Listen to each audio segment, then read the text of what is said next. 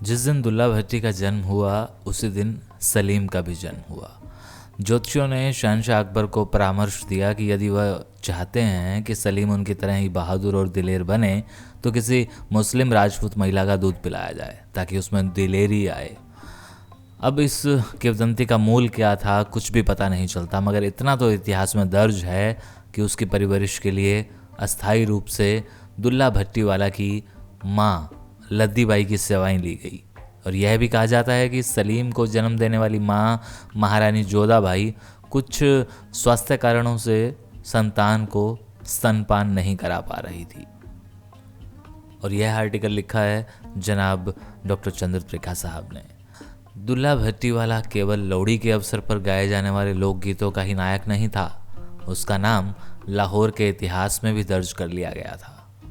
लाहौर के मियानी साहब कब्रगाह में एक कब्र ऐसी भी है जिस पर उसकी पहचान किसी शिलालेख के रूप में तो दर्ज नहीं हुई, मगर उसकी पहचान का एक बोर्ड कब्र से 3 फुट की दूरी पर अवश्य लगा है, जो बयां करता है कि वह कब्र दुल्ला भट्टीवाला की है। जिस दिन लाहौर के दिल्ली दरवाजे पर मुग़ल शहनशाह अकबर के हुक्म से शहर के कोतवाल ने दुल्ला भट्टी का सिर धड़ से अलग किया था, उस समय मौजूद लोगों की भीड़ में प्रख्यात सूफी फकीर शाह हुसैन भी मौजूद थे। और तब हुसैन गा उठे थे, कहे हुसैन फकीर साईदा तख्त ना मिल दे मंगया, यानी तख्त या सत्ता सिर्फ मांगने से नहीं मिलती। उन्होंने उस वक्त कोतवाल अली मलिक को सार्वजनिक रूप से बद्दुआ दी थी कि अल्लाह तुम्हें जहन्नुम में सख्त से सख्त सजा देगा।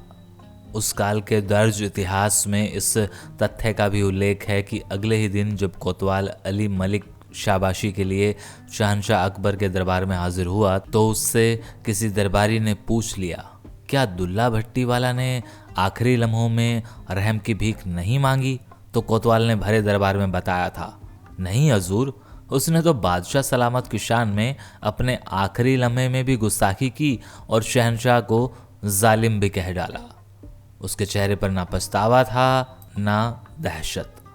कोतवाल के इस बयान से बादशाह सलामत भी खुश नहीं हुए और उनकी राय में कोतवाल इस तरह से दुल्ला भट्टीवाला की शान में कसीदा पढ़ रहा था। हुक्म दिया गया कि कोतवाल को भी सजाए मौत दे दी जाए। अगले दिन हुक्म की तामील हो गई, मगर दुल्ला भट्टीवाला अपनी शहादत के अगले दिन से ही लोकगीतों का महानायक बन गया।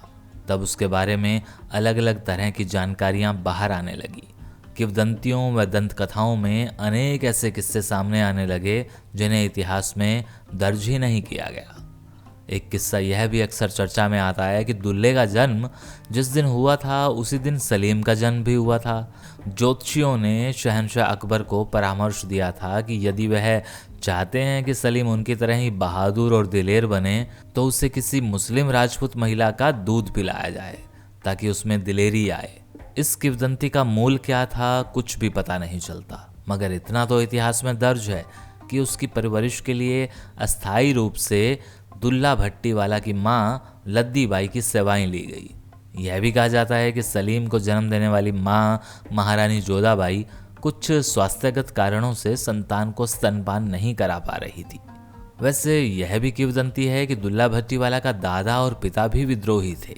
दादा का नाम संदल भट्टी और पिता का नाम फरीद भट्टी था। उन्होंने भी मुगल साम्राज्य के खिलाफ आवाज उठाई थी और उन दोनों को मृत्यु दंड मिला था। लद्दी बाई नहीं चाहती थी कि अपने बेटे दुल्ला को सारी बातें बचपन में ही बता दे और उसके मन में शुरू से ही बगावत का बीज बो दिया जाए। कुछ समकालीनों का यह भी तर्क था कि सलीम को मुस्लिम राजपूत माँ का स्तनपान कराना भी अकबर की कूटनीति का एक भाग था। शहनशाह चाहता था कि इसी बहाने से विद्रोहियों का आक्रोश शांत किया जाए। अकबर ने बगावत को शांत करने के लिए कर वसूली के ढांचे में बदलाव किए, मगर उसके नुमाइंदों ने जुल्म का सिलसिला नहीं छोड़ा। लद्दी बाई अक्सर प्रयास करती थी कि उसकी हवेली में रखे असंख्य हथियारों के भंडारों पर भी दुल्ले की नज़र ना पड़े। वह कभी उसके सामने बाप दादा की शहादत का जिक्र भी नहीं करती थी, मगर एक बार किसी पनघट पर किसी एक पनिहारन का जब उसने घड़ा फोड़ डाला तो उसने कटाक्ष से कहा था, एक बेजुबान घड़े को तोड़ने की बजाय बेहतर था कि तुम अपने बाप और दादा के हत्यारों का सिर फोड़ते। अब्दुल्ला उसी कटाक्ष से जला भुना घर पहुंचा और माँ से हट करने लगा कि उसे बाप दादा की हत्याओं के बारे में बताया जाए। माँ ने उसे सब कुछ बताया और तालों में बंद शस्त्रागार की जानकारी दी, ताकि मुगल फौजदारों के साथ किसी भी टकराव के समय आत्मरक्षा में हथियार उठाए जा सकें। और इस तरह से शहंशाह अकबर के खिलाफ उसने बगावत का ऐलान किया।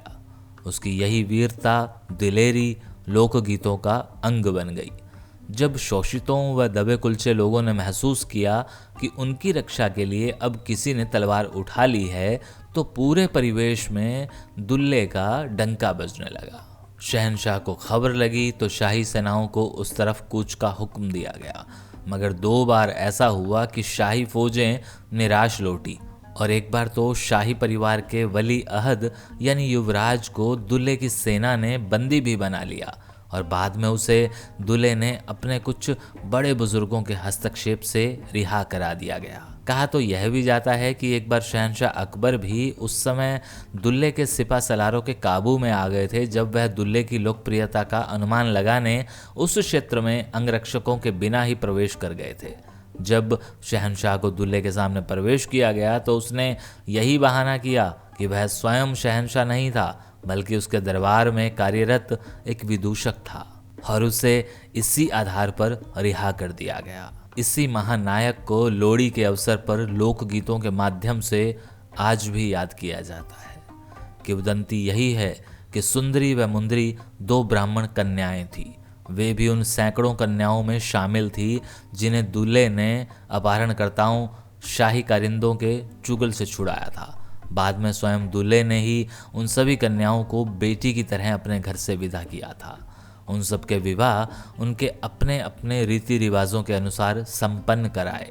तब के लोकगीतों में अनेक अब तक मद्दम पड़ चुके हैं और भुलाए भी जा चुके हैं, लेकिन सुंदरी मुंदरी हो आज भी हर वर्ष लोहड़ी के अवसर पर गाया जाता है। उधर जब अकबर ने देखा कि दूल्हे को निरंतर बढ़ती लोकप्रियता के कारण उसे परास्त करना या बंदी बनाना संभव नहीं है, तो कुछ दूतों के माध्यम से दूल्हे के पास संधि व मैत्री का संदेश भेजा गया और उसे इसी बहाने से दरबार में बुलाया गया। उसे बंदी बनाया गया और फिर एक चौक में सार्वजनिक रूप में उसका सर धड़ से अलग कर दिया गया, ताकि कोई नया बागी सिर ना उठा सके। लेकिन ना तो अत्याचारों के विरुद्ध जूझने का सिलसिला थमा और न ही उस महानायक की लोक समृद्धि से खारिज किया जा सका। और यह आर्टिकल सोमवार 24 जनवरी 2022 को जनाब त्रिखा साहब ने लिखा था, जिसे पंजाब केसरी में छापा गया। शुक्रिया।